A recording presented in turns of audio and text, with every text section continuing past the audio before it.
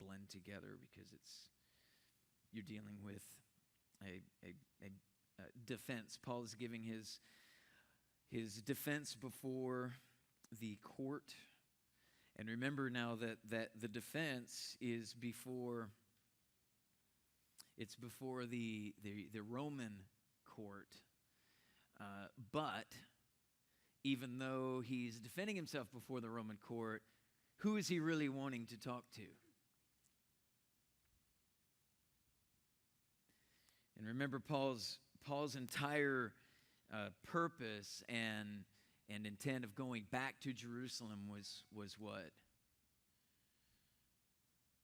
Well, actually, that's a trick question because that could have a multitude of answers.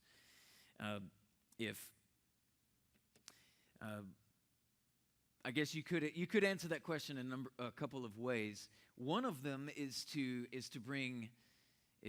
take the offering that the Macedonian churches and the Achaean churches and the Ephesian and the Asian churches, really, it's all of them, that they had been collecting now for quite a while, and it's to provide relief. It's to provide relief for the natural disaster that had struck Jerusalem. Now, it's pretty hard to talk about Paul's heart and intent on providing relief for natural disaster without talking about our current situation. And so the book of Acts, it's really coming to life now, isn't it? A buddy of mine told me about the Church of the Red River had sent down 30 men on Friday. And he said these guys had incredible attitudes and gave them an enormous amount of help while they were there. I have some connections to Baton Rouge because I lived there for a number of years. And so if anybody's interested in getting some of those connections, just let me know. There's whatever, and I have a lot of them. So if you prefer helping just Reformed churches, I've got a connection there. If you want to help out charismatic churches, I have a lot of connections there because I was a charismatic in my Baton Rouge days. And then of course both of the categories of churches, or Bible churches too. I've got some connections with Bible churches, but I don't really like that church, so I'd rather go with the other one. I'm just kidding. No, I'm just joking. But anyway, the people, these churches are not just doing things obviously for their own facilities, but they're doing a lot. For example, there's a good friend of mine. He pastors a charismatic church there in Baton Rouge, and they on Friday they fed 40,000 people. 40,000 people. So, there's just the numbers are just daunting and enormous, and so I can help connect you with these people if you would like. So anyway, and then there's a if you've heard of Grace Reformed Baptist, it's in Springfield. It's right there near Baton Rouge, and their church was completely immersed. Or at least their stuff was completely immersed. Let me get that straight. And so they had all of their chairs, all of their supplies, like Sunday school supplies, and just you name it. It was just all flooded. And so they were already they're one of these churches that they decided that they weren't going to participate in the whole white flight, back in the 70s and 80s, and they actually stayed course, kind of like what Springs of Grace has done. They just stayed there instead of just move away. And so the church already was in a dire situation. They're really struggling there, and then they flooded, and so it's in pretty bad shape there as well. So anyway, it's just the book of Acts. Natural disaster happens, doesn't it? And this is a good textbook on the apostolic heart for the church in his day, and Paul isn't seeking relief for everybody. He really wants to bless the Jerusalem church. Now, we've learned in the book of Acts that the intent is a little bit different from the dynamic we have today, right? You know, we hear Peter say, you know, do good to all, but especially to whom? Yeah, those of the household of faith. And so this is a special calling, a special privileged people that we take care of because they are fellow believers and brothers that have been purchased by the blood of Christ. But Paul has further incentive, namely to help alleviate or allay some of the offensive demonstration of the gospel that he's been preaching to the Gentiles. And he knows, he understands that there are a lot of offended people in the church, in the Jerusalem church, that do not understand what's going on with this whole Jew-Gentile proselytation process. And so they're very confused. It's a very frustrating time because how much of the law of Moses do you leave out? How much of it do you incorporate into being a believer? Now, if you think this is just specific to Christendom, you are greatly mistaken. I mean, hugely mistaken, all right? So, in other words, if you think the problem of confusion in Judaism and ceremonial obedience, ritual obedience, Mosaic Levitical obedience is confusing just for Christians becoming Jews, or that's how they viewed it, by the way, up until later on. It wasn't until Antioch that they even started calling them Christians, but it wasn't until AD 70 that it was considered a different religion. So remember now, it's Christians becoming Jews up until AD 70.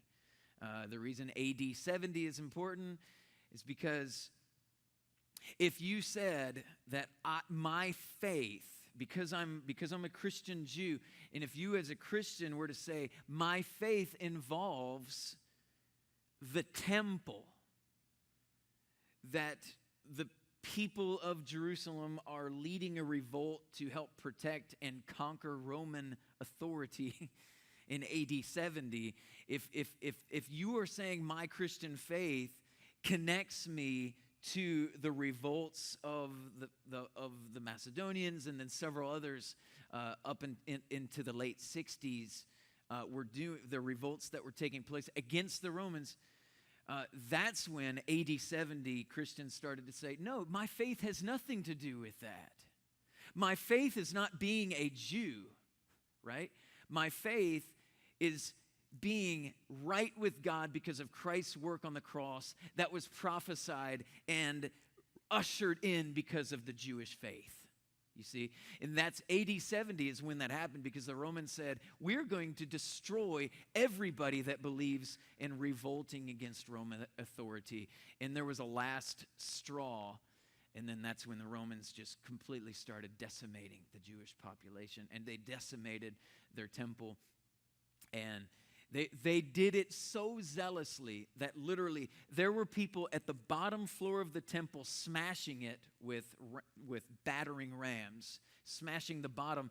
They were so zealous about destroying and eager to destroy the temple that they were literally pushing off stones and crushing their own people with the stones they were shoving off the top. They were killing each other in an effort to expeditiously destroy the temple. It was a very graphic and violent time in the history of the world, an awful period.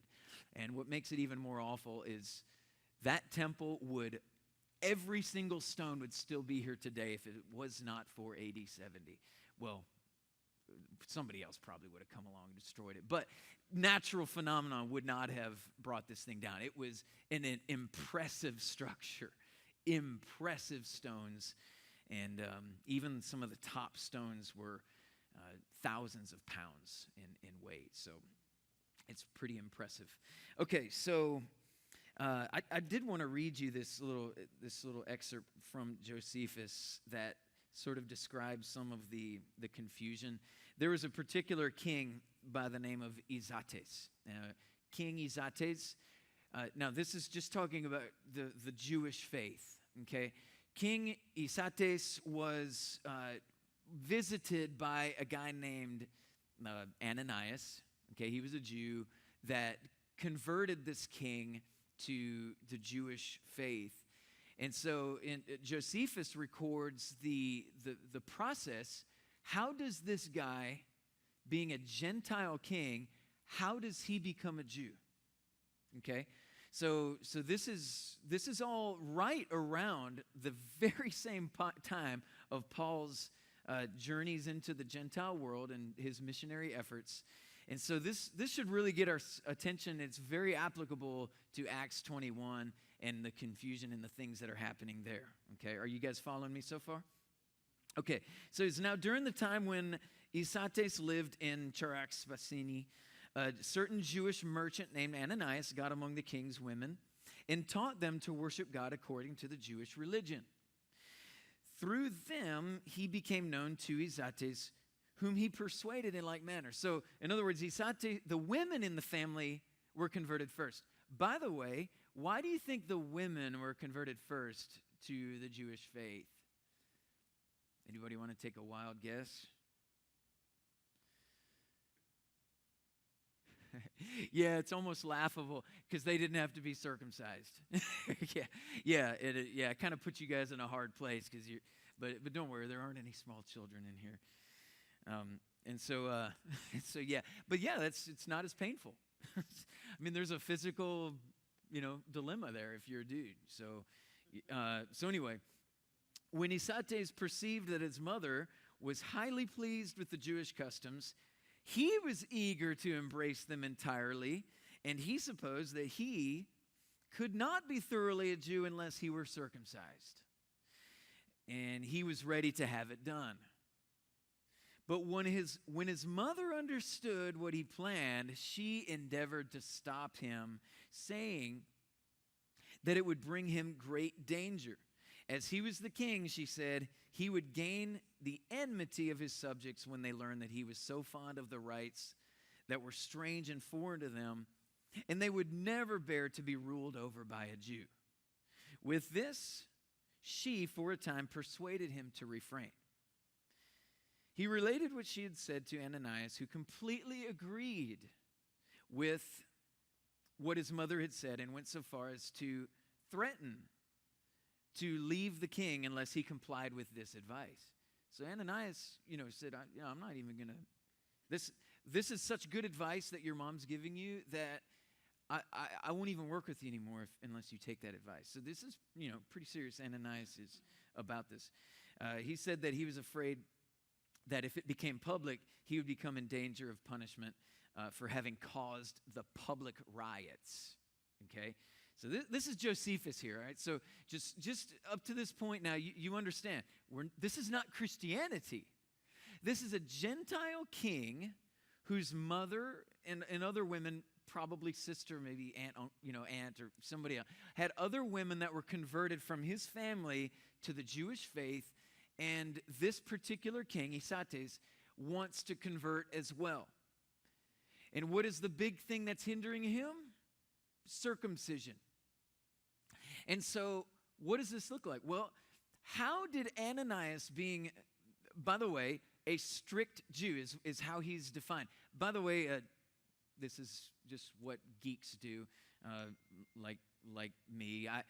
When you do a word study of what strict Jew is in Josephus's writings, you understand that Josephus only used the term strict Jew when he was referring specifically to Pharisees, Pharisaic Jewish faith.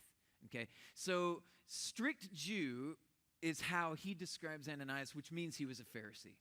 Okay, and so Josephus is bringing out the fact that Ananias, being a strict Jew, is now leading this guy to the Jewish faith.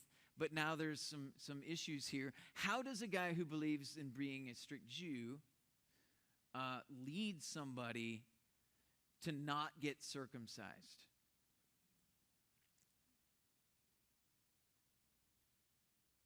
Excuse me.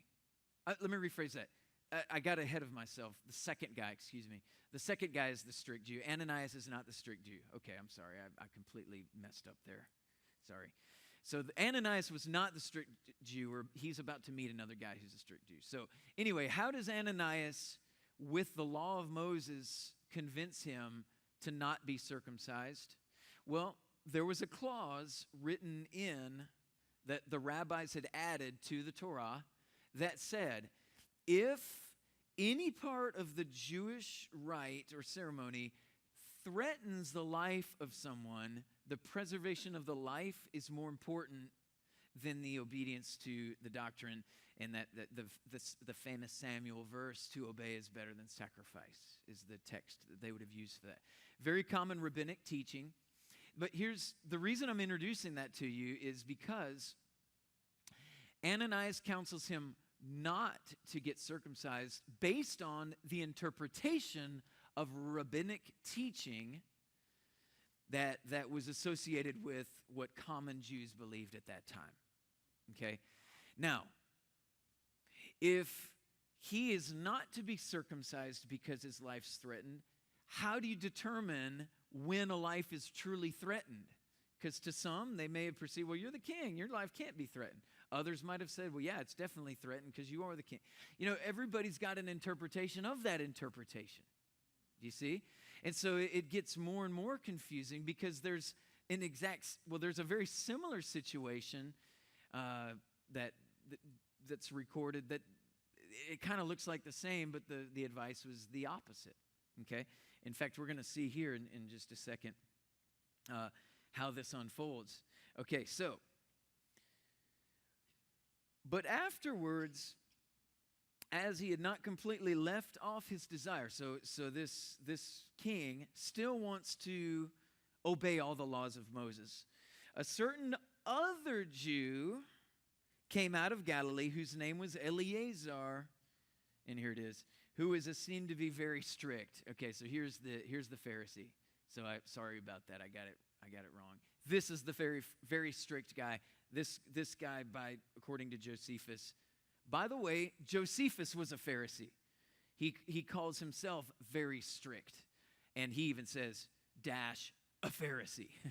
Right? So Josephus uses the exact same language of the Apostle Paul. In fact, Josephus began his studies when he was 19, just like the Apostle Paul began his expert studies when he was 19. So Josephus and Paul actually have quite a lot in common. But anyway, and Eleazar, who is strict in the learning of his country, persuaded him to perform the rite. For when Eleazar entered into the palace to greet the king and found him reading the law of Moses, he said to him, "You do not see, O king, that you are doing injury against the greatest of the laws, and so against God himself." He was doing injury against the greatest law, which he said was what? Circumcision. You're ruining the law. You ought not only to read the law, but also practice what it commands. How long will you remain uncircumcised? If you have not yet read the law concerning circumcision, and so do not know what an impiety you are guilty of, read it now. So you see how intense this encounter is with Eleazar. The king read it, contracted a surgeon, had it process done, and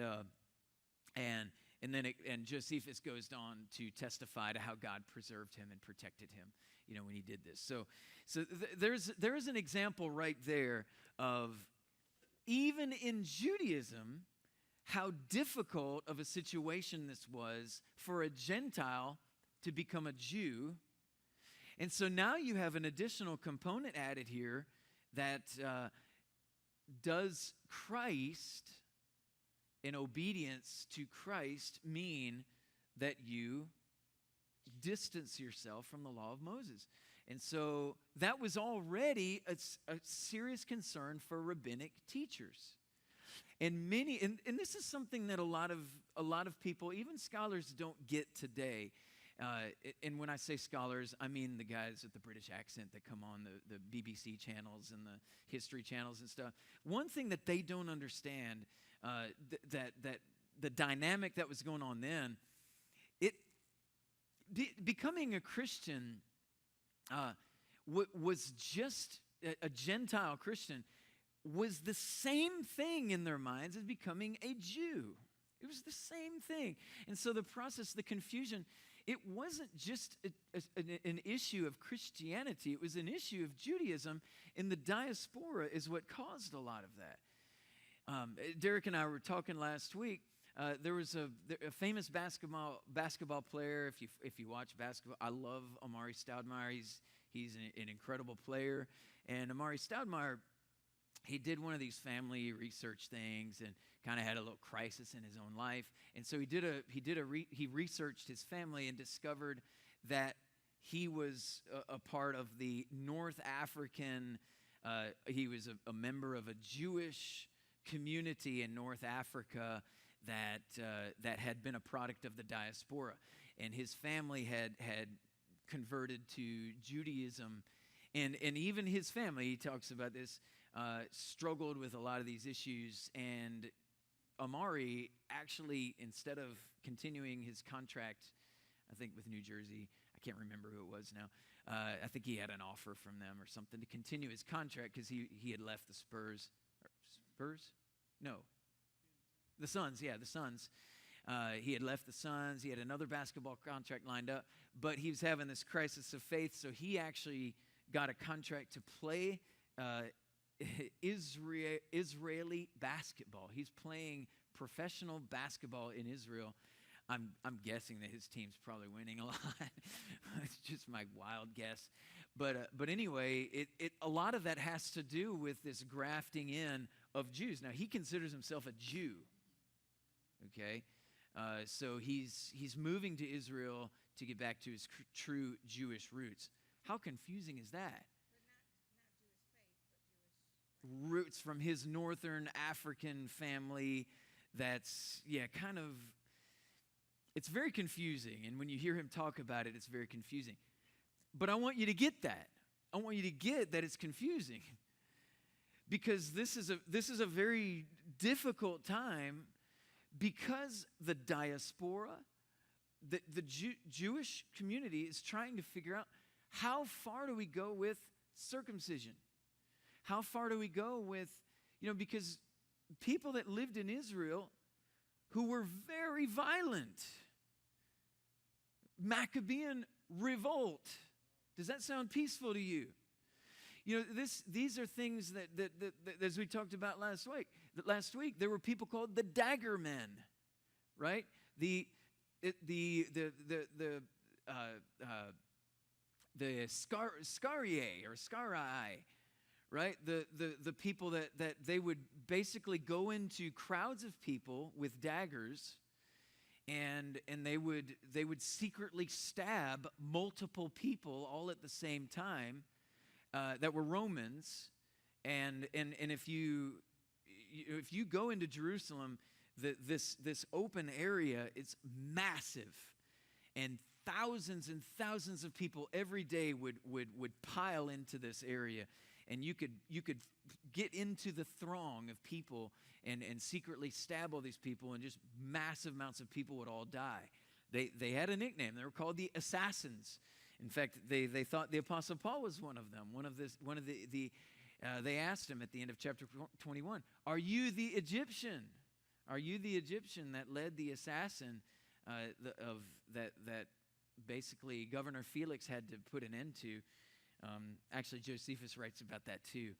I'm not going to bore you with that story, even though I have that up on my phone too. But Governor Felix basically had to start killing these people off, and they're very similar to what we know as suicide bombers today.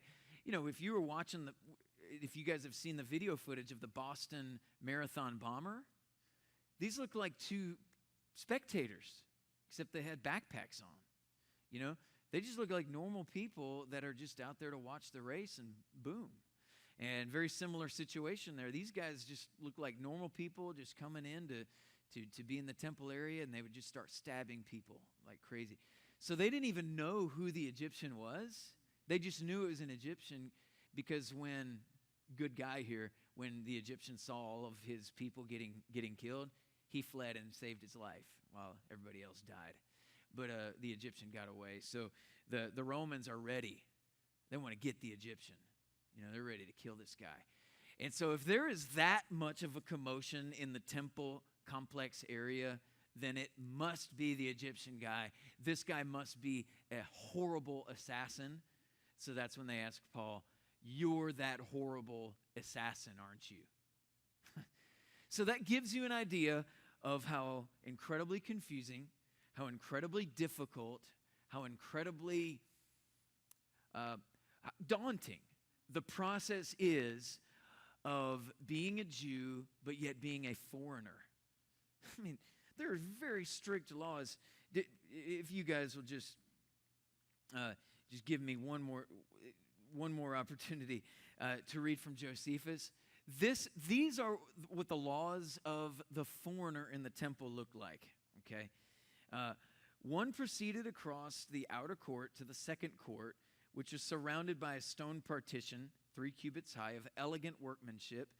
In this, at regular intervals, stood blocks of stone, stating the law of purity, some in Greek, some in Latin.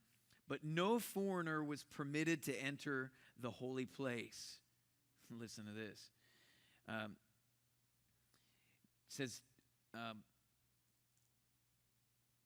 let's see, I'll skip through to the part here. Okay. Now, Roman General Titus was deeply affected with the state of things, and he reproached John and his party and said to them, Have not you, vile wretches that you are, by our permission, put up this partition wall before your sanctuary? Have you not been allowed to put up the stones on it at due distances, and on them to engrave in Greek and in your own letters this prohibition that no foreigner should go beyond that wall? Have not we given you leave to kill such as go beyond it, though he were a Roman? And what do you do now, you pernicious villains? Why do you trample upon corpses in the temple? And why do you pollute this holy house with the blood of foreigners and Jews themselves? So even Jews, if they hadn't been purified just right, even they were subject to death. It's really cool, by the way, about this document, which was written in the 2nd century. This document was read in the 2nd century. It was made probably in 1st or 2nd century BC. But this document, you can actually go read it in Istanbul. Some of the Moors came in and stole it and brought it to Turkey. But it used to be sitting there right in the Jerusalem temple. The entire document, you can go find it and read it. It's pretty cool. I don't know. I like that kind of stuff. But anyway, so getting back here, okay. So I'm saying all that to say this. Some of you are really put off right now. You're like, hey man, will you just read the Bible? I mean, you're reading a bunch of Josephus and history. Well, I want you to get the Bible. I want you to get it, because you have to understand before we read what we're about to read. And you need to understand Paul's intentions here. Paul is desperate to get the Jews of Jerusalem to understand that that Paul is no villain and pernicious rioter, as that we just read about. He's not one of those guys. Paul is volitionally seeking to obey Jewish law. He had already been through the ceremonial rites. He had already been through the cleansings. He had already done the vow of the Nazarite. He had paid for the 4 brothers to take the vow of the Nazarite. You guys remember that from Numbers 6. And so Paul wants to show them that though I've been a missionary to the Gentiles, the Jewish faith is profoundly important to me. Okay? If he were to start distancing himself from the Jewish faith, in essence, he would be saying, this has nothing to do with the Messiah. But Paul wants to prove to them, I am more Jewish than all of you. This is what he's after. He wants to prove to them that to believe in the Messiah is profoundly Jewish, and in fact, that's the only thing it can be, is Jewish. Because the Jewish faith is what has brought the Messiah here. okay? And so this is what he's endeavoring to do. And so the very first thing he says, he's speaking Greek now to the Roman council. By the way, they think he's one of them. Remember now where he's from. He's from a Greek-speaking land, right? And so he's speaking perfect Greek with them and their own accent. I mean, he sounds like Greek to them. And then he says, "But permit me to speak to the people," and then immediately begins in Aramaic. Wait a minute, my Bible says Hebrew. Well, that's because Aramaic was considered a one of the dialects of Hebrew. Okay, so Luke is just kind of simplifying this. Instead of saying, Aramaic dialect of Hebrew, he just says it's Hebrew. So he speaks to them basically in the language that Jews speak in Jerusalem, okay, in this Aramaic language. All right. And so he looks at them and he says, "I am a Jew from Tarsus in Cilicia." Okay, remember that's the Greek Hellenistic city. "A citizen of no obscure city, I beg you, permit me to speak to the people." And when he had given him permission, Paul, standing on the steps, I've been to those steps, pretty cool place, he motioned with his hands to the people, and when there was a great hush, he addressed them in the Hebrew language, or Aramaic, saying, "Brothers and fathers, hear the defense that I now make before you." Now we're in chapter 22. "And when they heard that he was addressing them in the Hebrew language, they became even more quiet, and he said, 'I am a Jew, born in Tarsus in Cilicia, but brought up in this city.'" And so he was raised, whether it was his teenage years when he sat under Gamaliel, or it's a lot of people think that he actually lived there. His mom actually lived in Jerusalem for a pretty good while of his childhood. So, but either way, he was brought up in Jerusalem, educated at the feet of Gamaliel, according to the strict manner. What does Josephus say that is? It's a Pharisee. Of the law and of our fathers, being zealous for God as all of you are this day.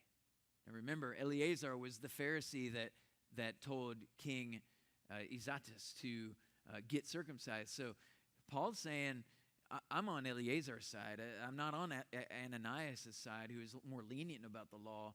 I was actually raised to be like Eleazar, right? So anyway, he says, "I persecuted this way," and that's a capital W, by the way, the way, it's a proper noun. That instead of saying I persecuted Christians, they didn't know what Christians were. Yeah, they called it the way because it was in their minds a sectarian following that kind of went along a different path. By the way, it's just a path. It's the word for a path. The very same word when you're walking through the Golan Heights, you'd see just be basically a walkway where people had walked, and that's the word they would call it, hodos, and it was just the way. Okay, and so I persecuted this way to the death, binding and delivering to prison both men and women, as the high priest and the whole council of the elders can bear me witness. From them I received letters to the brothers, and I journeyed toward Damascus to take those who also were there and bring them in bonds to Jerusalem to be punished. And we know that he had that permission, and that's getting back into his original story. And as I was on my way and drew near to Damascus, about noon, a great light from heaven suddenly shone around me.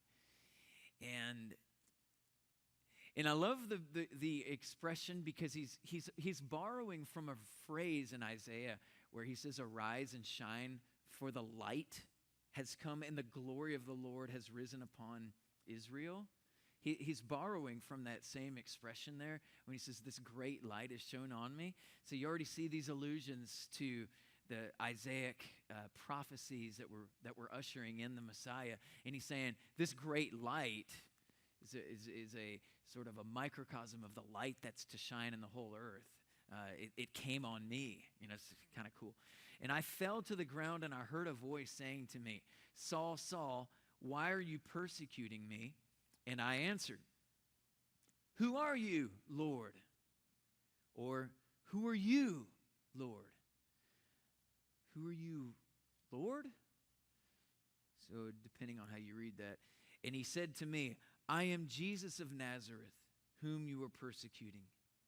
Now those who were with me saw the light, but did not understand the voice of the one who's speaking to me. Earlier, it says that they heard a sound, and, don't get too caught up into comparing them. I always remember, I've had people come to me saying, reading to me the story that Paul or that Luke uses to describe the event, and then using the story that Paul uses to describe it, saying that that's a contradiction in the Bible. And no, now it's not like Ryan Lochte, but it'd be like someone else if they were telling a story. They just have different perspectives. So you listen to their side of the story, and you listen to another side of the story. It doesn't mean you guys know that. It doesn't mean that the stories necessarily differ. It's just people's perception of what happened might be a little bit different, right? To me, that affirms the verity of what was recorded rather than denies it. But anyway, that's and he said, okay, rise and go into Damascus, and there you will be told all that is appointed for you to do. And since I could not see because of the brightness of the light, I was led by the hand by those who were with me and came into Damascus. And one Ananias, a devout man according to the law. Ooh, Ananias. Sounds like the guy Josephus was talking about. No, it's not the same guy. Remember, Jews and Greeks are totally opposite. Jews have a few words for a bunch of things. Greeks have tons of words for a few things. So Greeks tended to have many, many more names. That's why you see all these names. When Paul starts to list all these, if you notice all the Greek guys, it's easy to identify who they are because they all had different names. But then you get into the Jewish guys, you're like, James. Oh, yeah, okay, I know who you're talking about. Yeah, right. It's like 5 different Jameses, so you have to say James, the Lord's brother, James, John's brother, James, it's just this long list of different Jameses. And so anyway, and one Ananias, a devout man according to the law, well spoken of by all the Jews who lived there, came to me and standing by me said to me, I love this, Brother Saul. Some of the two, possibly some of the most profound 2 words in all of the New Testament, that here's this guy that was a zealot, a strict Pharisee according to the law, is now he's going straight to Ananias, and Ananias looks at him and says, I'm also a strict Jew, and I'm calling you my brother, though I'm a believer. Brother Saul, receive your sight. And at that very hour, I received my sight, and I saw him. And he said, the God of our fathers appointed you to know his will, to see the righteous one, the righteous branch. Remember Jeremiah's language there? The righteous one, Hosea, Jeremiah, the righteous one. Good 8th century language. As we're getting into Micah this morning, 8th century language is really important. It should get our attention. The righteous one. Maybe we can spend some more time on stuff like that. Literary genres of the different centuries of prophecy, which are really, really important. It's pretty interesting too. It really makes the scriptures come alive. But to see the righteous one and to hear a voice from his mouth, for you will be a witness for him to everyone of what you have seen and heard. So notice he focuses on these two sensations. You've seen, it blinded you, and now you see, and you've heard a voice that nobody else gets to experience. And now, why do you wait? Rise and be baptized and wash away your sins, calling on his name. All right, we have to stop there because I have had so many people use this text to tell me that to be baptized means that your sins are washed away. If you talk to a lot of African American churches, this is a big teaching that they have. If you ask them, "Are you a Christian?" the first answer they'll give you is, "Yes, I was baptized." And the reason they say that is because of this text right here and 1 Peter, and we'll look at 1 Peter in a second. But yeah, rise and be baptized and wash away your sins. Well, before we give you clarity, let's make you even more confused. Go to 1 Peter 3:21. Sometimes the road of clarity is the road of confusion first, right? 1 Peter 3, chapter 3, verse 21. Okay, now you're going to be very, very disappointed because I'm not going to exposit this text thoroughly. This would take probably a year to just really get into all the intricacies, because this is a very, very confusing text. And I know several of you even want to raise your hand right now when I even say 1 Peter 3:21, because you've probably been confused about this passage most of your Christian life. Unless you don't read the Bible that much, then you guys are okay. Yeah. I'm just kidding. Okay. All right, so notice in verse 21, baptism, we got to back up here. Let's start at verse 18. For Christ also suffered once for sins, the righteous for the unrighteous, that he might bring us to God, being put to death in the flesh, but made alive in the spirit, in which he went and proclaimed to the spirits in prison, because they formerly did not obey, when God's patience waited in the days of Noah, while the ark was being prepared, in which a few, that is, 8 persons, were brought safely through water. Baptism, which corresponds to this. Don't you hate that? Peter uses this demonstrative pronoun and doesn't tell us what the antecedent is. Stop that, Peter. Peter's really bad about that, by the way. He uses tons of pronouns that require antecedents, and he doesn't tell us who they are. He and that guy and him, and he went over there. Well, where? Well, he just listed 4 different places he could have gone. Like, Peter's really bad about that. So if you've ever been frustrated, or if you've ever seen translations of Peter that are very different, that's why. Because a lot of these interpreters, remember, a translation is an interpretation of the Bible. So if you would translate, King James might say something, New King James might say something else. Well, they both have King James in them. Shouldn't they be pretty similar? No, these guys, they're trying to supply you with understanding who the antecedent would be. Or in this case, the word this. What is the this talking about? Well, that's one of the most important questions of that passage, and probably one of the most difficult to find. Okay? I'll just be honest with you. You have to do a lot of expositing to find out who this is. But all Peter had to do is put a parenthesis to tell us, but he didn't. But anyway, so baptism, which corresponds to this, now saves you. But notice, not as a removal of dirt from the body, but as an appeal to God for good conscience through the resurrection of Jesus Christ, who has gone into heaven and is at the right hand of God. The baptism people, they're going to go to this text and say, you guys are doing the same thing that Peter said it shouldn't be. It's not just a mere outward symbol that just washes away filth.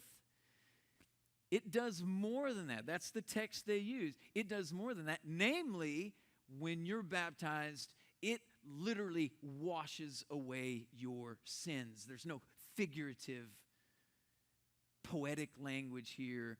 This is what happens when you go into baptismal waters, right? That's the kind of language they'll use. So they'll use these two texts. They've got a narrative where Paul is saying, be baptized and wash away your sins, because that's Ananias. It's a Christian that's telling Paul to do this. This is the apostolic father, right? And then you've got Peter. So you've got Pauline and Petrine witness that baptism washes away your sins. Are y'all following that? So, a lot of times they'll say, well, that's Paul's version of the apostolic witness, or that's Peter's. And so here you've got both the major guys saying baptism washes away your sins, right? Well, that's a trick question, because no. The answer really is no, but that's what they would lead you down, to believe, all right? So, okay, I'm going to leave you confused because we're out of time. I didn't realize what time it was. So yeah, if you're very confused now, we'll dig into that text a little bit longer of what does that mean?